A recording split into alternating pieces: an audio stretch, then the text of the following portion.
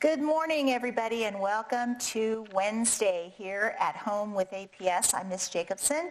I'm glad to see you all there and hope that you are enjoying the different segments for the different grade levels that we're trying to do here.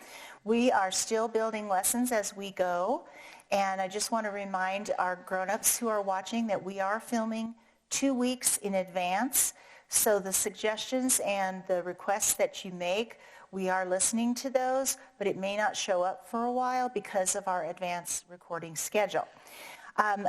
One of the things that you have asked us for is to let you know what kinds of supplies and things you might need for some of the upcoming sessions. So what I would suggest is that you take a basket or a box, kind of like this, or you could even take a tissue box, cut the top off of it, and in that you might want to put a pair of scissors. If you have glue or glue sticks, that should go in there. Any kind of paper, whether it's small paper or notebook paper or colored paper, if you have all those things, wonderful, but if you don't, any kind of paper will do. And then crayons and pencils. One thing that's really important here is a straight edge. Now, if you don't have a ruler at home, we're going to post a cutout ruler on the APS resources page, at home resources page, so that if we're doing measurement activities, students can actually cut out that ruler and use it as a measurement tool. But anything that's got a nice straight edge, there are times when we're doing art projects where they're going to need something that they can draw a straight line with, or if they're making lined paper, anything. So a ruler's going to be fine. If you've got crayons, pencils, pens, anything like that, make a basket that you can keep, or a box that you can keep close to where your students are going to be doing their work, and then that way they don't have to go running out to get anything. Now, there are some things that you might want to gather around the house just as a possibility. First of all, things like small boxes or containers that are clean. Oftentimes we'll do a science project or a math project or an art project, and we need small boxes. Cereal boxes or food boxes that are clean, that are empty. Make sure that those have been wiped off if they came from the grocery store recently so that they're germ-free. But then sometimes we use that type of cardboard for a project that we're going to do. Mismatched socks. We may be using those for puppets. We did that on the very first day. Paper tubes like toilet paper rolls, tissue rolls, paper towel or gift wrap rolls. We're going to be doing an activity in week 5 where we are going to need a lot of those. So save those up, put them in a bag somewhere, and we're going to need those. Things like paper cups. Tin cans. If you've opened up a can of pineapple or beans or something, rinse out the can really good when you're finished with the food inside and save that can. We may need that for some other things later on. But then things like fabric scraps, old wrapping paper, those can all be used for things that we're doing in our activities. Now, we were talking this morning that for one of our Fun Fridays coming up, we want to do a crazy hat day.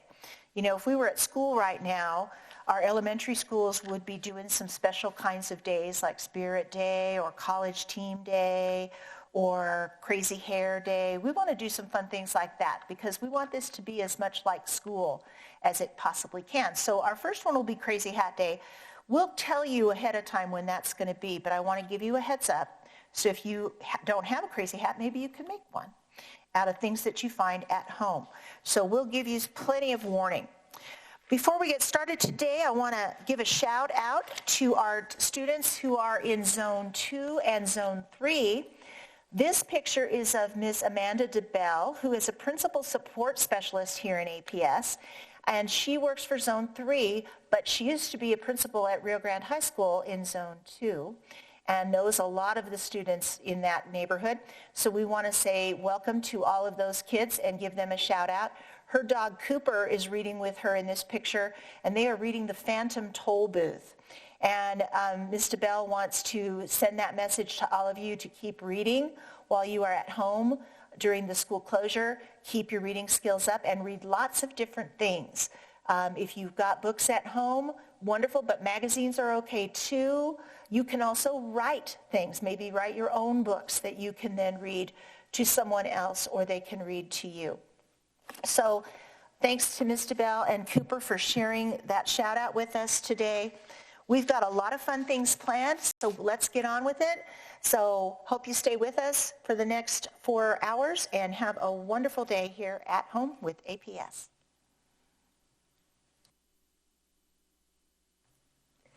Good morning, literacy learners. This is Miss Maggie back again with some more kindergarten phonological awareness and phonics. This week, we have been working a lot with syllables and reviewing our letters and their sounds. Remember, it's important to practice these skills throughout the entire year so that way you are ready for next year when school comes back around. We're going to review quickly with some of our uppercase and our lowercase alphabet letters. I'm going to come back first to my uppercase letter alphabet.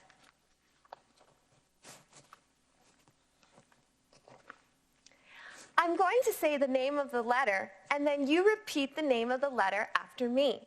Are you ready? Fantastic. Ready? Here we go.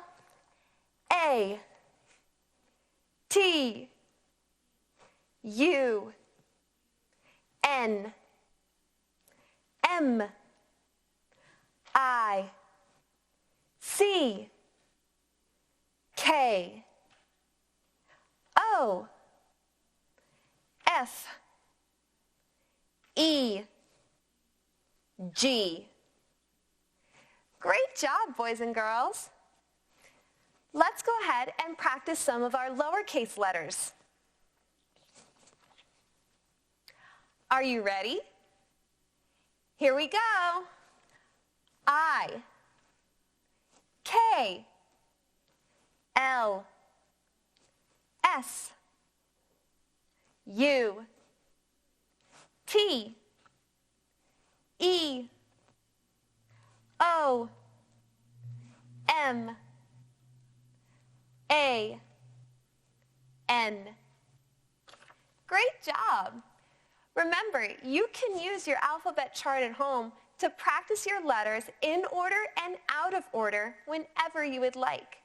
This will help build up your abilities towards reading. Let's go ahead and let's keep working on syllable awareness. If you remember from Monday, this is the word syllable. Can you say syllable? That's right. Remember, syllables are a word or parts of a word pronounced as one unit. On Monday, we gave an example of a word that had multiple syllables, or more than one.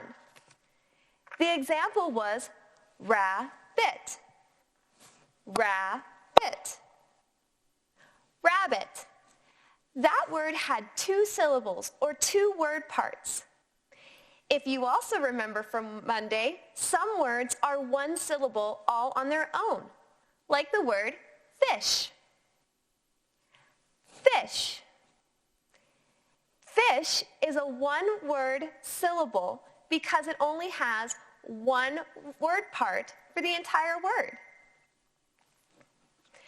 We're also going to come back to a game that we played on Monday called Salad Toss.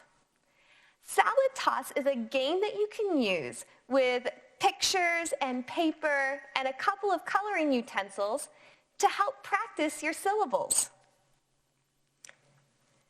We talked about one version on Monday where we took a syllable parts and we blended them together to make the word. Today we are going to do version 2, which is segmenting. Segment means to take apart. So today we won't be taking the segments and blending them together. We will actually be taking the blended word and segmenting them apart. This is another way that we can practice sounds in language. If you remember how to create our game, this is how we create our game. I'm going to take my poster down so you can see our setup.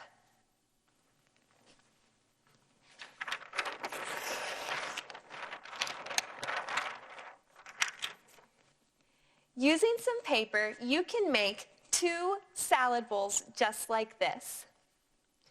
You could also do it just by folding a piece of paper, cutting the paper in half, and marking it with the dots that you need.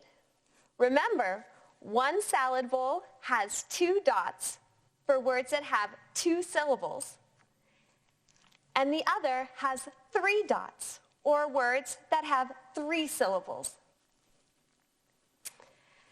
In this game, you can draw pictures of your foods that have 2 or 3 syllables and use them to sort them into 2 or 3 syllable words with your salad bowls.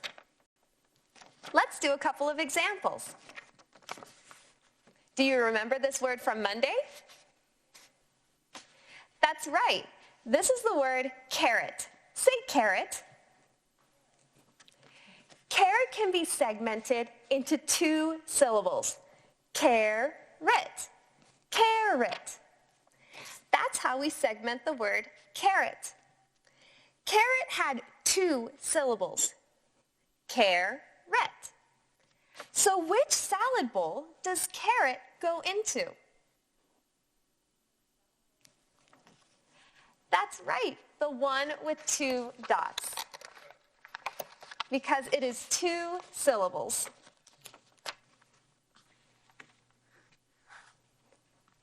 Let's try another example. Do you remember this word?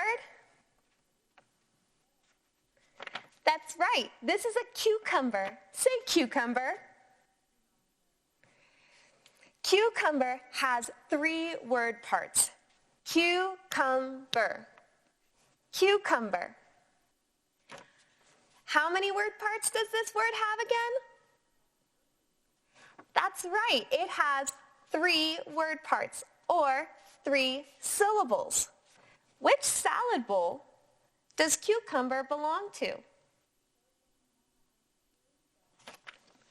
That's right, the one with 3 dots, because there are 3 syllables.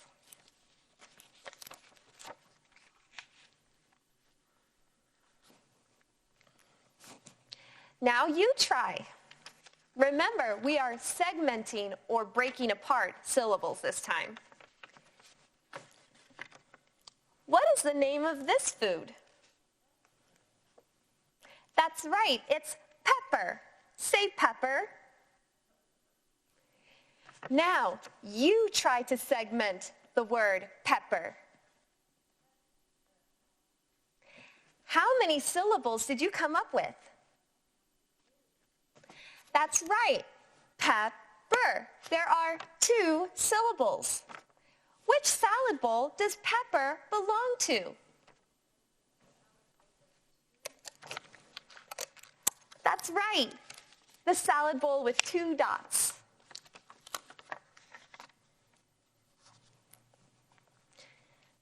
We have carrot and pepper. These are words that have 2 syllables, or 2 word parts. Let's try one more. Do you remember this one from Monday?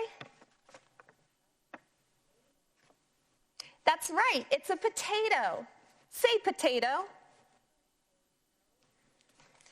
Now, you try to segment potato. How many syllables did you come up with? That's right, potato. Potato. There are 3 syllables. Which salad bowl does potato belong to?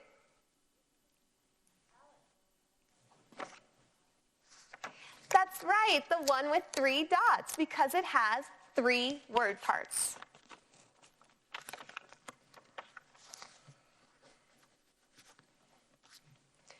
Cucumber, potato. These are words that have 3 syllables. There are so many different ways that you could play this game. If you are a student that is still struggling with the idea of syllables within word parts, you can go back to using pictures of compound words that are together and using those to show segmenting syllables. For example, I have a small picture here of star and fish. When put together, they make the word starfish. But we can also segment them out and create two different words, starfish. Using pictures like this can be a great way to support a student who is struggling with segmenting syllables. If this game was really easy for you, there's a way that you can extend it further.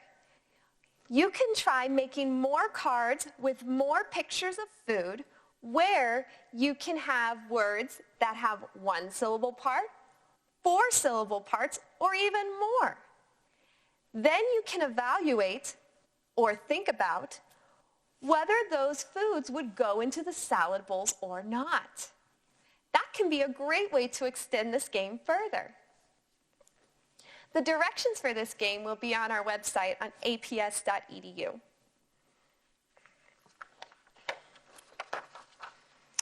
Let's go ahead and move forward, and we're going to review some of our letter, keyword, and sounds. Remember, this is important practice throughout the entire year of kindergarten. I'm going to come back here, and we're going to use my other letter chart.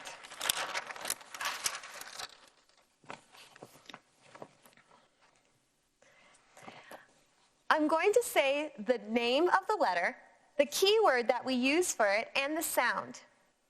You repeat after me. Ready?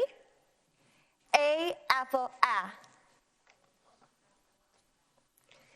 E, ed, e. I, itch, I. O, octopus, ah. U, up, Those were all of our vowel sounds. Let's practice some consonants. C, cat, k. G, game, g. D, dog, d. S, snake, s. R, rat, r. Excellent work, students. As you can see, I have my entire alphabet here. We're going to review a couple more letters today, and by the end of this week, we'll have reviewed our entire alphabet with their letter, their keyword, and their sound.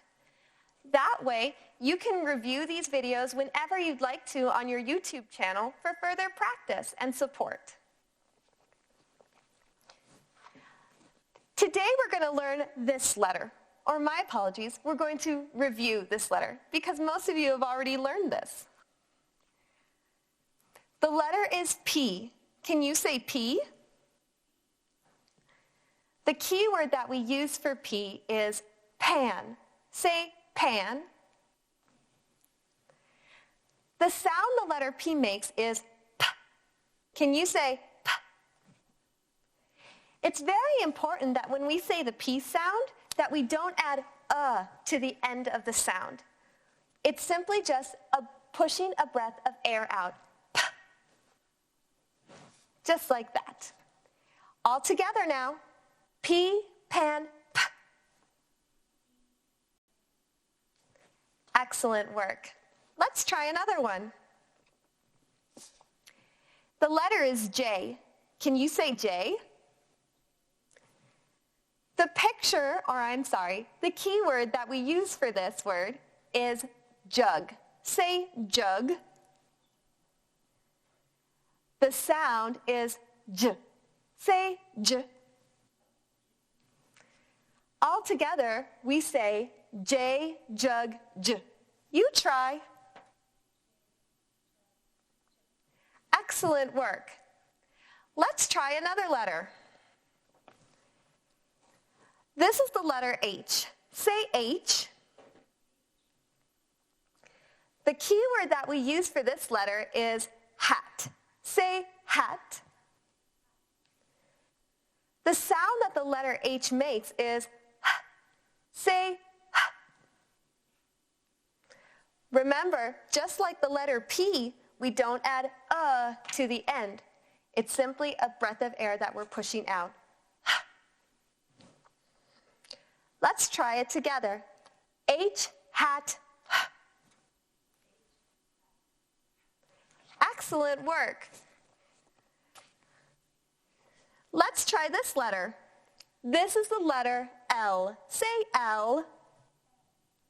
The key word that we use for the letter L is lamp. Say lamp.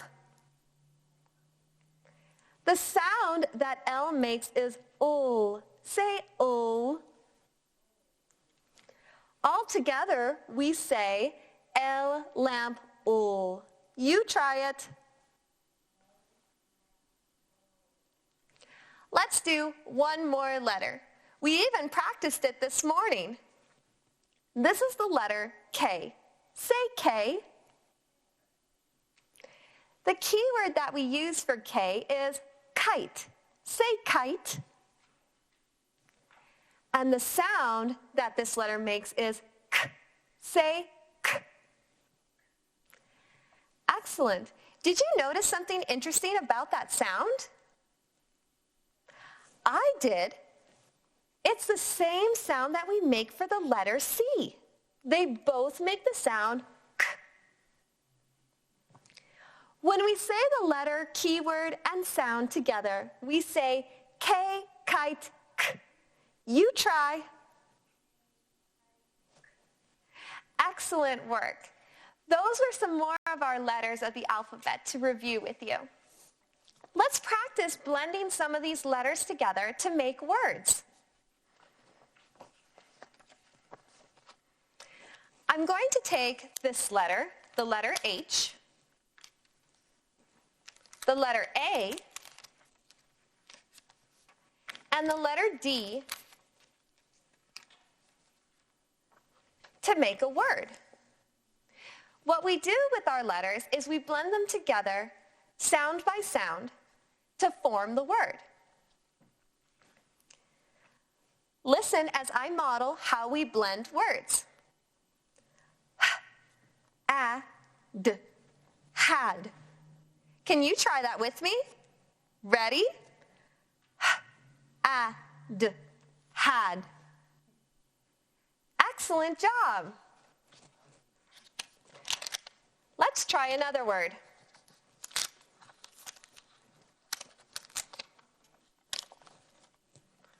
I'm going to use this time the letter L, one of our vowels, E, and the letter G. Okay, watch me. L-E-G, leg. Your turn.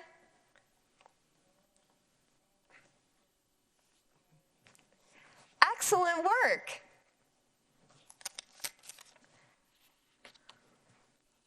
Let's try another word.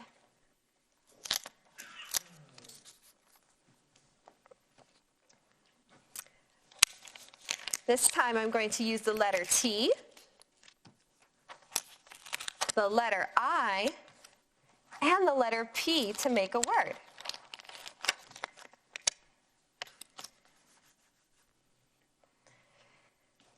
Ready? Watch me. T-I-P, tip. Now you try. Excellent work.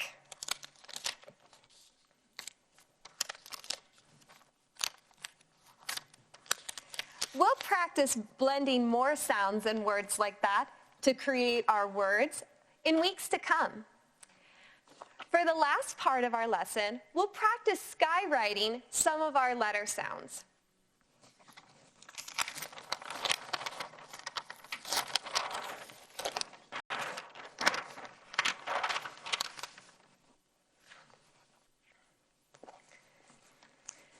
As you can see, I have a manuscript line here on my paper, and I even have a handwriting guide to help me. This handwriting guide will be available on our website at APS, and it can help guide you through the handwriting of your letters. If you have manuscript paper at home and a pencil, you can keep continuing to practice your handwriting letters. However, skywriting your letters as well can be very helpful in learning to write. We're going to practice some of the letters that we reviewed this morning.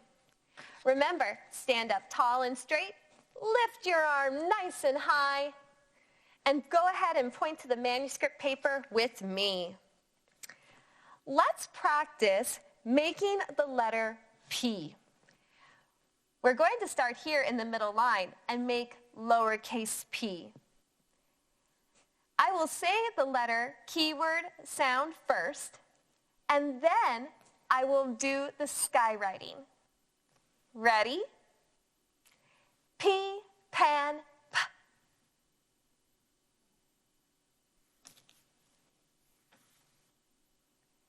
Excellent. Let's try it for J. J, jug, j.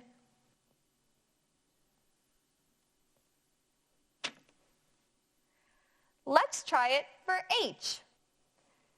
H is going to start up at the very top of the line. Ready? Here we go. H, hat, h.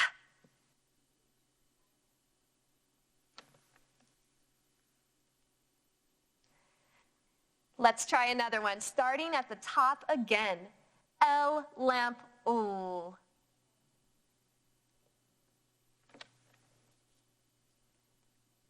And our last letter to practice, K, kite, k.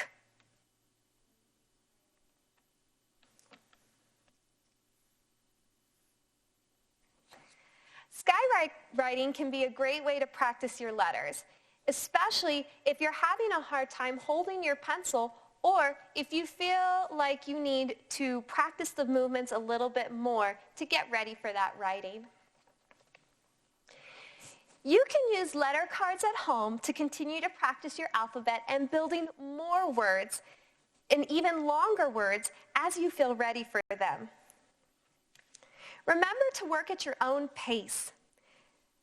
There are many students out there that are practicing their letters, and there are many students that are already building words.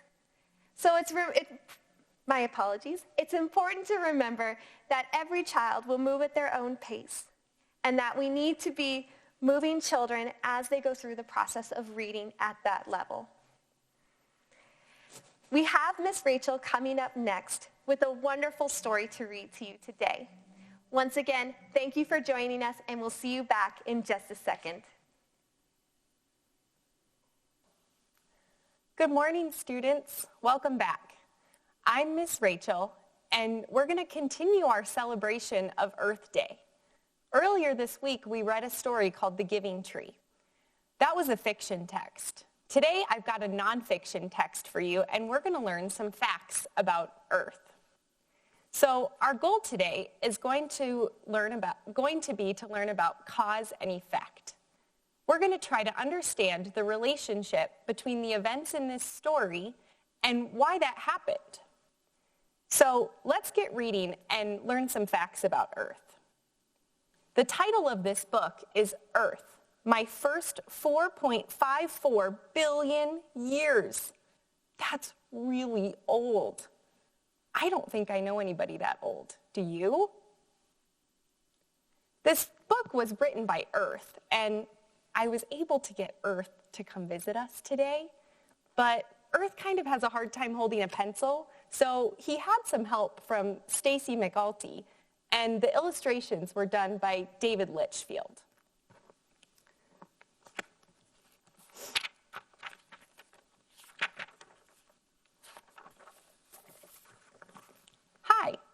name is Earth. Some people call me Gaia, the blue marble, or the third planet from the sun. You can call me Planet Awesome. My family is really, really big. I have 7 siblings in my solar system. I'm closest to Venus and Mars. Some used to say I have 8 siblings, but Pluto is more like the family pet. And then there are my cousins. My Milky Way family has billions of planets. I told you, big family. My favorite things to do are spinning. It takes me a whole day to go around once. And circling the sun. That takes me an entire year. My best friend is the moon. We hang out all the time, even when you can't see her. The moon needs 27 days, 7 hours, 43 minutes, and 12 seconds to go around me. I've timed her. I was born 4.54 billion years ago. I don't remember what it was like to be a baby. Who does? But I've told I was a hot mess. He's got a photo album of himself here, and there's his baby picture. Explosive, gassy, very cranky.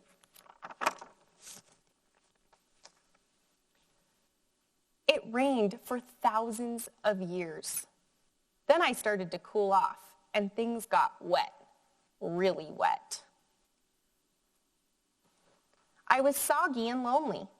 A few islands popped up in my oceans, but no plants or animals.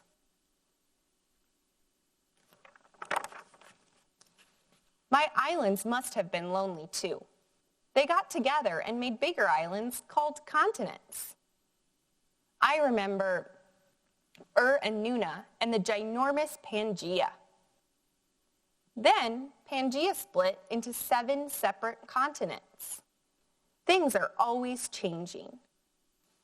I see that this Earth now looks like the one that we're used to seeing. As I got older, stuff began to grow. Life. And here they're showing us the timeline of Earth using a ruler. Almost half my life, you probably wouldn't even recognize me, though I've always been around. 2,400,000 years ago. Air. If anyone had been alive, they could finally take a breath. 470 million years ago. Plants that can live on land. 400 million years ago. And then come bugs. 240 million years ago. My first dinosaur. 210 million years ago. Yay for mammals. They're fuzzy and warm. 150 million years ago. Birds. Did you know they are relatives of dinosaurs? 130 million years ago. Flowers. I'm a very pretty planet. It's not bragging if it's true. 200,000 years ago. Homo sapiens. You humans have big brains and walk on 2 feet. Wow. Humans are one of the last things on Earth's timeline. The time of the dinosaurs was one of my favorites. I mean, everyone loves dinosaurs. They lived with me for 175 million years until asteroid!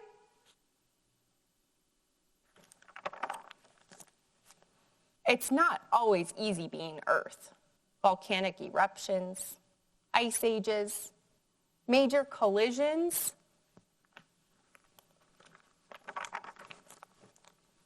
But on the inside, I'm the same Planet Awesome. And here is a diagram of the inside of Earth. We've got the inner core, the outer core, the mantle, and the crust. Humans have been super fun.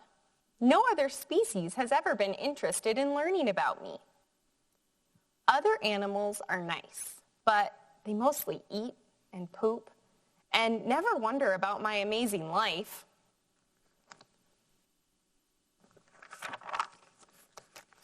But sometimes humans forget to share and play nice and clean up after themselves.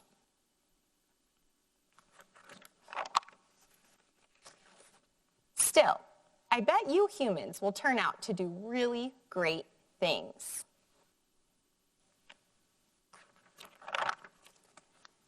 And on the last page of the book here, the author wrote a little note here that I'm going to read to you. It says, "Dear alien visitors, thank you for reading this book. I'm a bit of an expert on the subject of Earth because I've lived here my entire life. I think Earth is the greatest planet in the solar system, and not just because she's the only one with a breathable atmosphere. I do like air. We also have ice cream and books, which are some of my favorite things.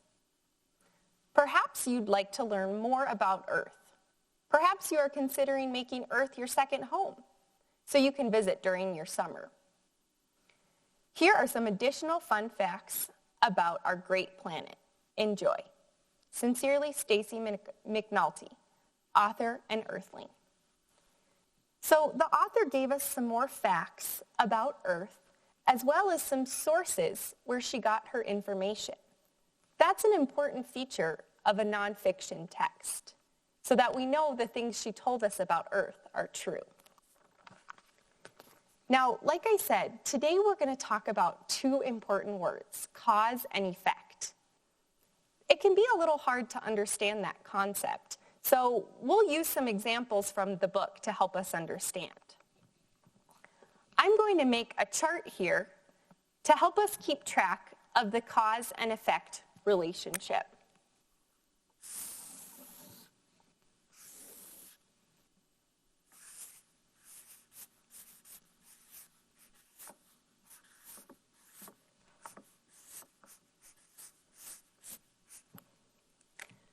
So effects are things that happened, and the cause tells us why it happened. So I want you to think first about, have you ever gone outside when it's raining? Did you get all wet without an umbrella? So the effect would be, what happened? You got wet.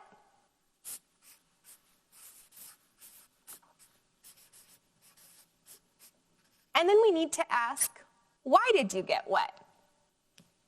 Because it was raining.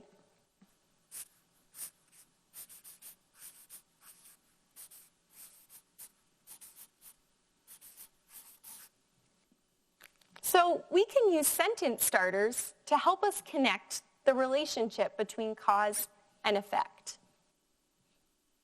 We could say, it was raining, so I got wet. Or we could say, it was rain. I guess this sentence starter doesn't work so well. That's why we have two options. Now, let's think back to our story and connect some of the things that happened to Earth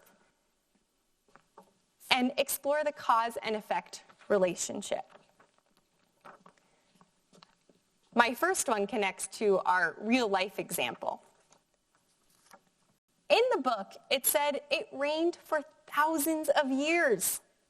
I can't imagine that. I think I would be sad to not see the sun. But what happened because it rained for so long? If you remember from the story, the picture of Earth changed, and he changed from a red, gassy planet to a blue planet. We got oceans.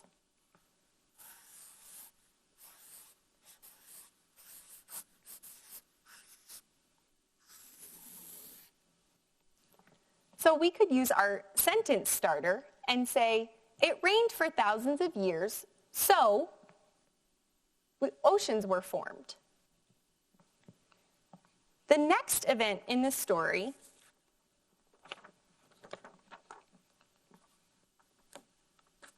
was an asteroid hit the Earth.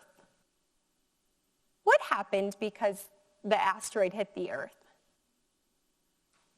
Do you remember? Great. The dinosaurs went extinct.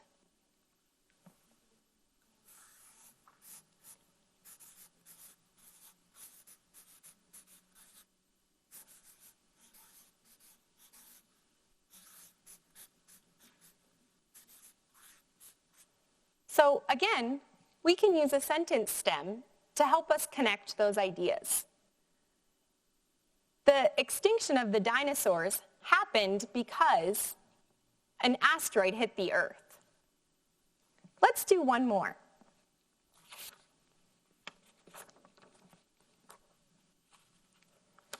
Pangea split up. You might remember from this story, there was a big landmass on Earth called Pangea. What was the effect of that happening? We got our 7 continents. That's when our Earth started to look a little bit more like this. So I'm just going to make a brief note that says 7 continents. We can use our sentence stem to connect these ideas. Pangea split up, so 7 continents were formed. Great job. Now, I remember that on one of the last pages of our story, Earth talked about why he loved humans, but also that sometimes humans forget to share and play nice and clean up after themselves. So we've been talking a little bit about recycling this week, and I wanted to show you what the recycling symbol looks like. You might see this on items in your house. You can help clean up the earth by remembering to recycle. And you'll know if you can recycle an item if it has this symbol on it.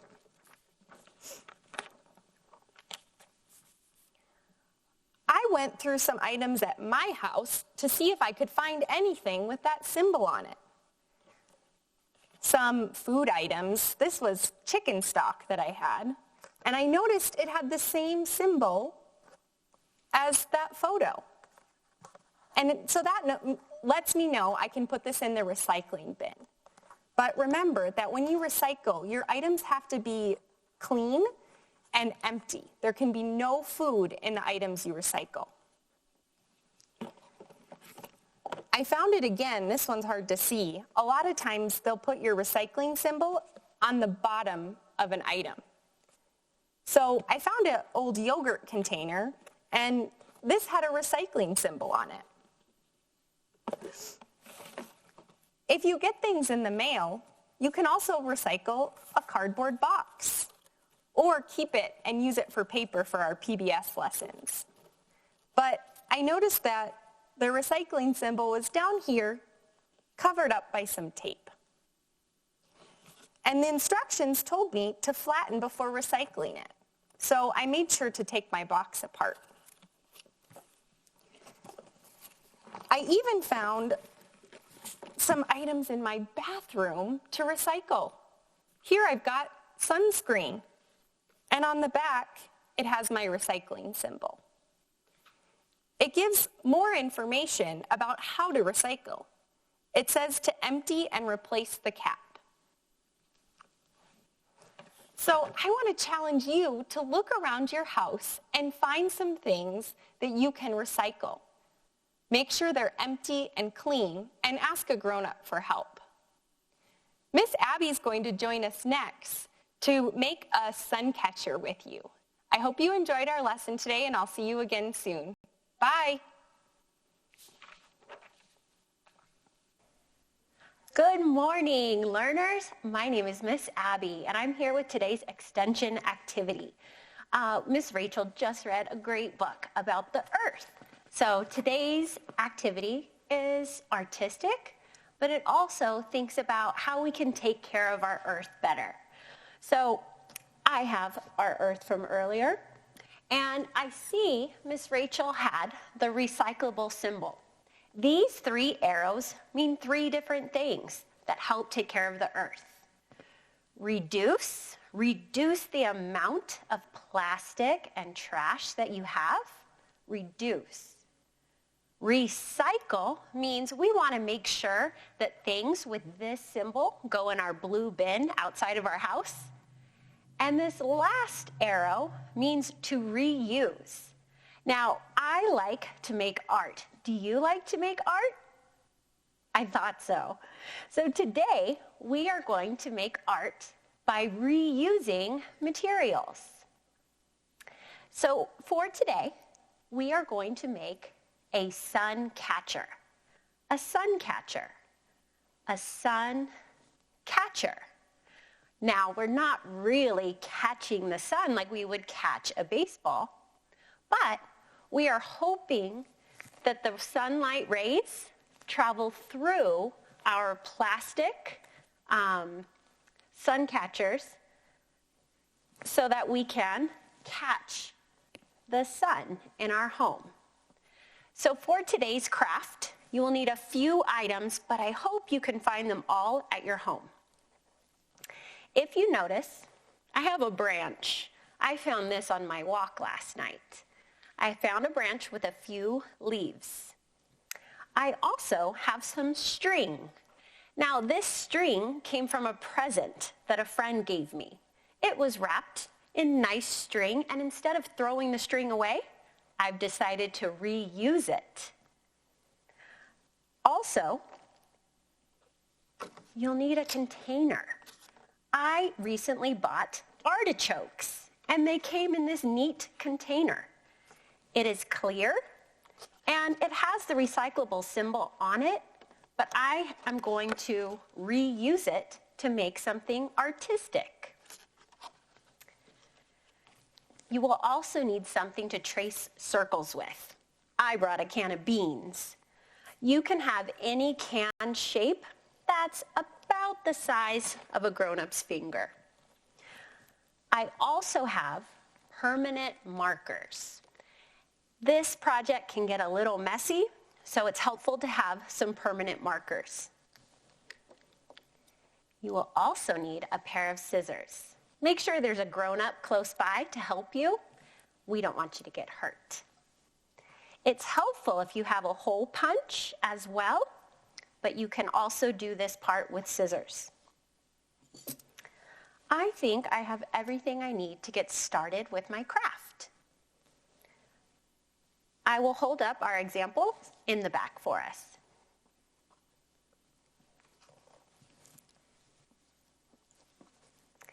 So to get started, I have my see-through container. It is already washed, there's no more artichokes in it, and it's ready to be used for my craft. What I'm going to do is with one of my permanent markers, I'm going to trace the circular shape at the bottom of my can. I'll hold my can still and trace my marker around. This might be a little hard to see, but now I have my permanent black circle that I will cut out in just a minute. While I'm at it, I'm going to trace 4 circles. Now, you can choose however many circles that you want, but there's something nice about the number 4. We have 4 seasons. Oops.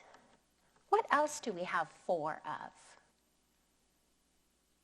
4 directions, north, east, south, west. You're right. I like the number 4. Now I'm going to use my scissors to cut my container. This can be a little tricky. Maybe your grown-up can help you with this part.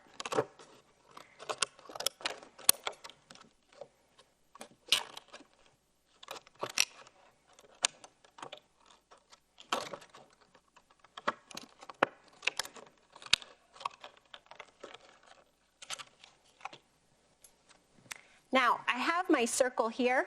Once I cut it away, I can get more precise when I cut.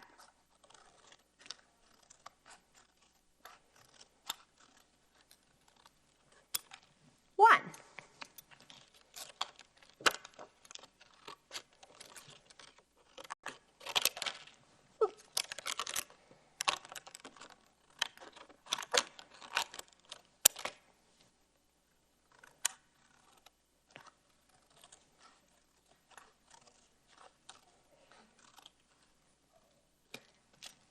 Two. When I'm finished with these pieces, I want to make sure to not throw them in the trash. I'm going to put them in my recycle bin.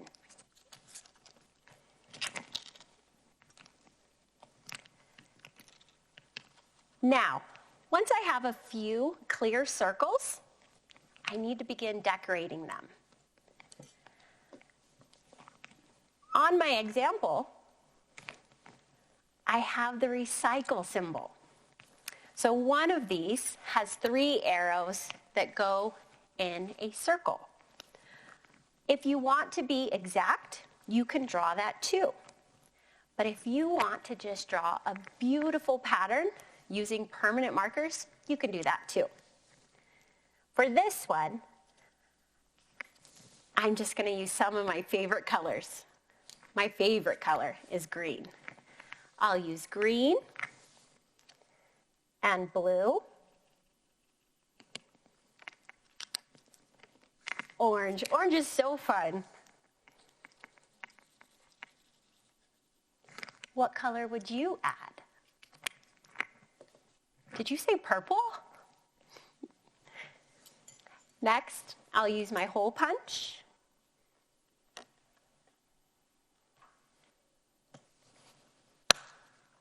That can be a little tricky.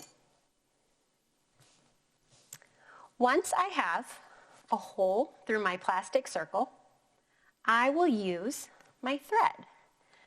Remember, this string was on a present. Instead of throwing it away, I'm reusing it. I will go ahead and tie a knot. Now, this sun catcher is ready to be attached to my branch that I found last night. I used another part of the string to hold it up, and now I'm going to tie this around the edge of the branch.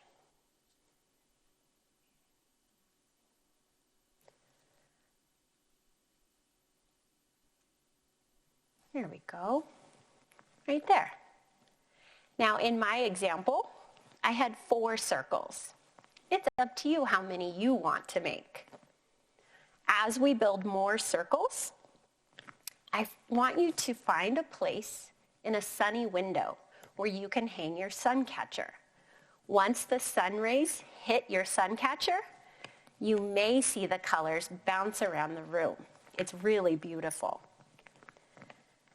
With my example sun catcher, I couldn't bring the sun, so I brought a flashlight. Can you see that? When the light passes through, that's called transparency. When the light passes through, color comes as well. So it's really beautiful and it will decorate your home. Remember, all of these materials didn't cost me anything. I found some items and thought, how could I reuse them? This is a reusable sun catcher. I hope you make one today. If you do, please make sure you share a photo of your sun catcher at some of our sites, aps.distancelearning@gmail.com or at home with APS. Thank you so much for joining us today for At Home with APS.